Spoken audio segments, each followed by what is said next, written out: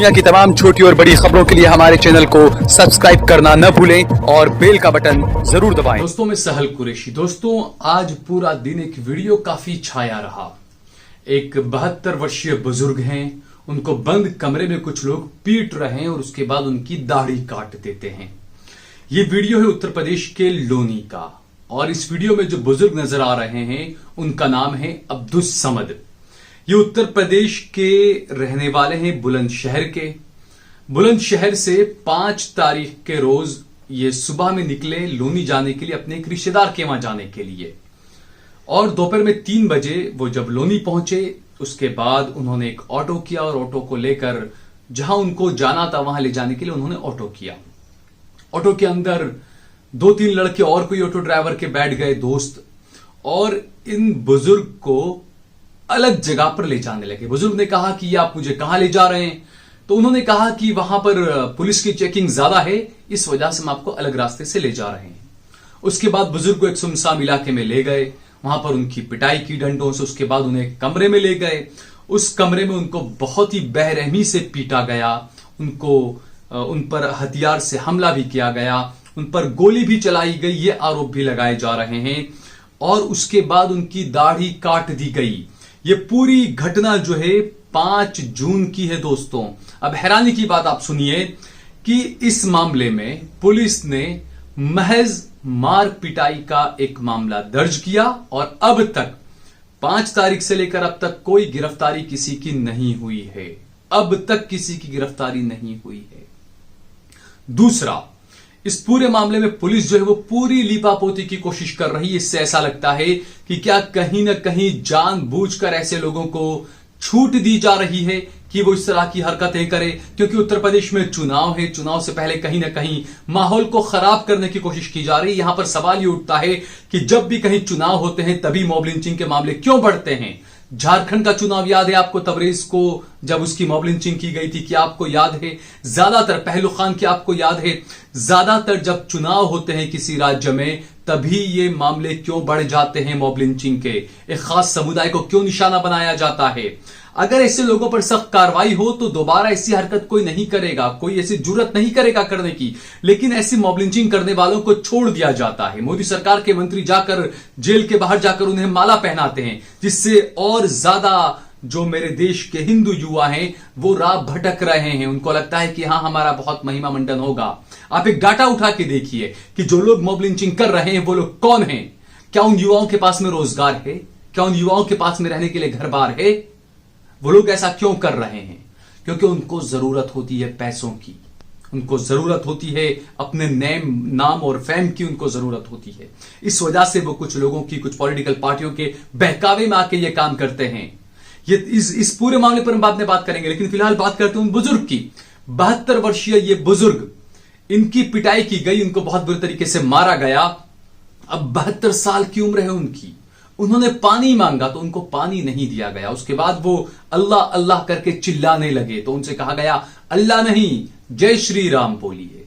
और उसके बाद उनकी दाढ़ी काट दी गई। बुजुर्ग ने कहा मेरी दाढ़ी को मत काटिए।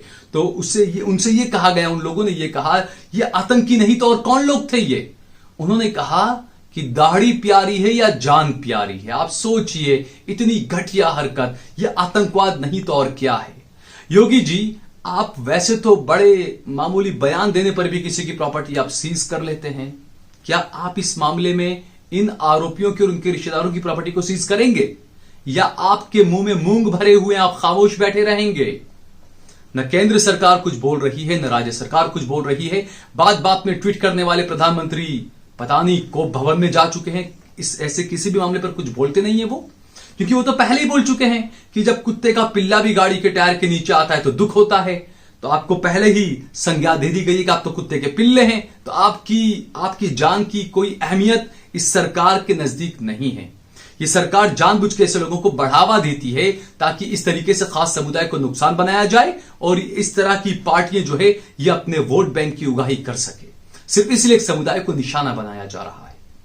दोस्तों, जैसा हमने बताया कि इसमें महज मारपीट का मामला दर्ज किया गया है, जबकि इस पूरे मामले के अंदर आरोपी जो इस मामले में थे उन्होंने बुजुर्ग को किडनैप किया, लेकर गए अलग सुनसान जगह पर। तो यहां पर किडनैप के तहत 362 का मामला भी बनता है। 362 भी यहां पर पुलिस को खिलाफ करनी चाहिए थी। इसके अलावा जो धार्मिक भावनाओं को भड़काया है 295A के तहत भी यहां पर मामला बनता है। आर्म्स एक्ट का मामला भी यहां पर बनता है क्योंकि वो तमंचा दिखा रहे थे। इसके अलावा बुजुर्ग का कहना है कि उन पर गोली भी चलाई, यानी कि इसमें 307 का मामला भी बनता है। आप सोचिए, इतनी संगीन, इतनी गंभीर धाराएं यहां पर लगनी चाहिए, लेकिन पुलिस ने महज सिर्फ मारपीट का एक मामला दर्ज किया। वो भी कब किया? 2 दिन के बाद, जब बुजुर्ग ने खुद एक अर्जी दी, उसके बाद पुलिस ने मामला दर्ज किया। उससे पहले पुलिस ने कुछ नहीं किया। जबकि ये वीडियो काफी वायरल हो रहा है, सोशल मीडिया प्लेटफॉर्म पर खूब चल रहा था, लेकिन पुलिस सो रही थी। योगी जी जो अपने आप को कहते हैं कि लॉ एंड ऑर्डर सबसे बेहतरीन उन्होंने कर लिया है, रोमियो स्क्वाड बना दिया है, ये वो क्या क्या बातें आपने की योगी जी, लेकिन क्या हो रहा है? क्या ये बुजुर्ग, इनका नाम अब्दुस समद है, क्या इसलिए इनको मारा गया? क्या इनका नाम अब्दुस समद है, इस वजह से पुलिस ने जानबूझकर लिपापोती की इस मामले में, बचाने के लिए कुछ लोगों को? ये कई सवाल हैं, ये सवाल उठ रहे हैं। लेकिन मैं साफ ये भी कहना चाहूंगा कि बीजेपी और भाजपा सरकार इसमें कुछ करने वाली नहीं है, क्योंकि कहीं ना कहीं ऐसी घटनाएं, लोगों का खून बहाना, ये बीजेपी का वोट बैंक को पकाता है। ये बड़ी कड़वी बात लोगों को लगेगी, लेकिन ये हकीकत है। ऐसी घटनाओं से ही बीजेपी अपने वोट बैंक को पकाती है। और इसीलिए मैंने कहा कि अगर योगी आदित्यनाथ इतने अच्छे मुख्यमंत्री हैं, मजबूत हैं, वाकई में वो सबको इंसाफ देते हैं, आप राम राज्य की बात करते हैं, तो दिलाइए इन बुजुर्ग को इंसाफ, उठाकर फेंकिए इन सब आरोपियों को जेलों के अंदर। आज इतने दिनों के बाद भी किसी की गिरफ्तारी नहीं हो पाई और पुलिस लिपापोती करने में लगी है। सीज करिए इनकी प्रॉपर्टी को, पकड़िए इन्हें, गिरफ्तार करिए इन्हें और सख्त से सख्त सजा दीजिए, ताकि आने वाले वक्त में ऐसी कोई घटनाएं ना हो। और जो लोग खुश होते हैं दाढ़ी देख करके, हां दाढ़ी वाले को मार रहे हैं, मैं उनसे कहना चाहूंगा कि यह महज एक मुसलमान को नहीं मारा गया है, इस देश के संविधान को मारा जा रहा है। इस देश के संविधान पर, इस देश के लोकतंत्र पर यह ठेस पहुंचाई जा रही है। और मैं बार बार अपने हर वीडियो में यह बात कहता हूं कि अगर आज आप इंसाफ के लिए नहीं उठे, आप अगर किसी के साथ में, मजलूम के साथ में खड़े नहीं हुए, तो यकीनन अगला नंबर आपका है। इस बात को आप अपने जहन में उतार कर रखिए। लेकिन आपको यह बात समझ में नहीं आएगी, जब आप पर बीतेगी तब आप तिल मिला रहे होंगे, आपके आसपास में कोई आपकी मदद के लिए खड़ा नहीं होगा। आपको अपने इंसाफ के लिए और लोगों को इंसाफ दिलाने के लिए आपको आगे आना चाहिए। अगर आप अच्छे इंसान हैं, आप कौन से राष्ट्रभक्ति की बात करते हैं, कौन से राष्ट्रवाद की बात आप कर रहे हैं? किसी बुजुर्ग को, 72 साल के बुजुर्ग को मारकर, उसकी दाढ़ी काटकर, एक समुदाय की भावनाओं को भड़काकर आप राष्ट्रवाद की बात करते हैं। डूब मरना चाहिए आपको। और योगी जी और मोदी जी के लिए तो कहना ही किया, इतनी बड़ी बड़ी घटनाएं हो जाती है और वो खामोश बैठे रहते हैं, उनके मुंह से उफ तक नहीं निकलती है। जबकि जैसा कि मॉब लिंचिंग जो मैंने कहा, और हमने पिछली खबर में बताया भी था कि उत्तर प्रदेश में चुनाव है, तो देश के माहौल को खराब करने की पूरी कोशिश की जाएगी। और इसकी शुरुआत जो है वो लोनी से हो चुकी है। उत्तर प्रदेश के लोनी से इसकी शुरुआत हो चुकी है।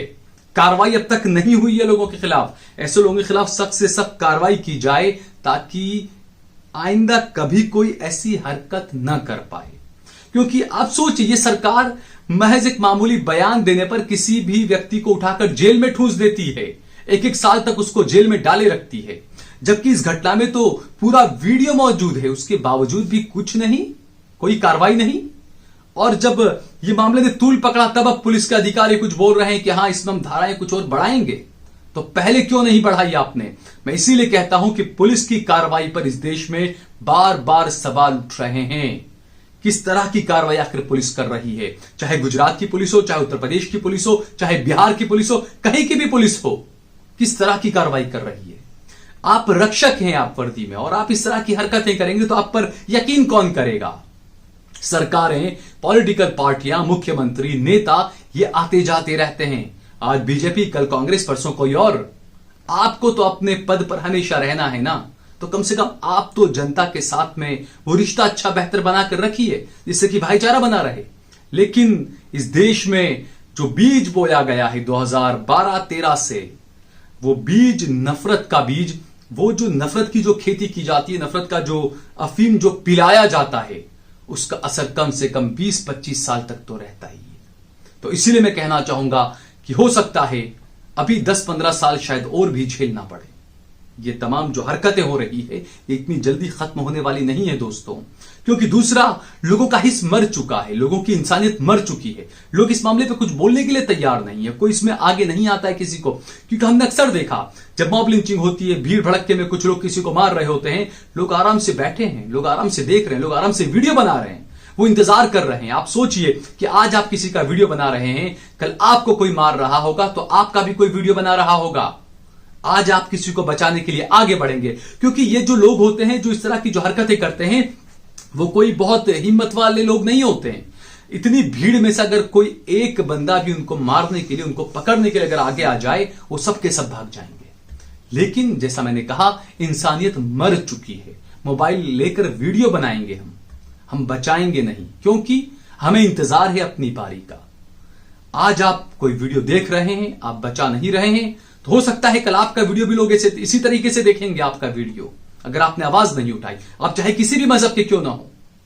लेकिन जो घटनाएं हो रही है ये इस देश के संविधान को, इस देश के लोकतंत्र को, उसकी जड़ों को हिलाकर रख रही है, लेकिन उसके बावजूद आप जाग नहीं रहे हो। और मैंने जैसा कहा कि सख्त से सख्त कार्रवाई होनी चाहिए, क्योंकि ये शासन प्रशासन दोनों की बड़ी नाकामी है। किस तरीके से एक बुजुर्ग को पीटा जाता है, उसकी दाढ़ी काट दी जाती है, एक खास समुदाय की भावनाओं को भड़काया जाता है। तो इस मामले में लोगों को आगे आना चाहिए। और मैं तो कहूंगा विपक्षी पार्टियों को भी, इतनी सारी मॉब लिंचिंग हो चुकी है, ले देकर कुछ एक दो नेता इसमें कुछ बोलते हैं, लेकिन इसमें मजबूत आपने क्यों नहीं किया? जब पहली बार जब पहलू खान और तमाम जो मॉब लिंचिंग हुई थी, अगर उसी वक्त मजबूती के साथ में कानून बनाया होता, मॉब लिंचिंग को लेकर आवाज उठाई होती सरकार के सामने, तो शायद कुछ हो सकता था। लेकिन ऐसा किसी विपक्षी पार्टी ने भी नहीं किया, इसीलिए मामले लगातार बढ़ते ही जा रहे हैं। दोस्तों, अगर आपको हमारा ये वीडियो पसंद आया हो तो इस पर कमेंट करिए, इसे लाइक करिए, इसे ज्यादा से ज्यादा शेयर करिए। अगर आपने हमारा चैनल देश लाइव सब्सक्राइब न किया हो तो हमारे चैनल को जरूर सब्सक्राइब करिए।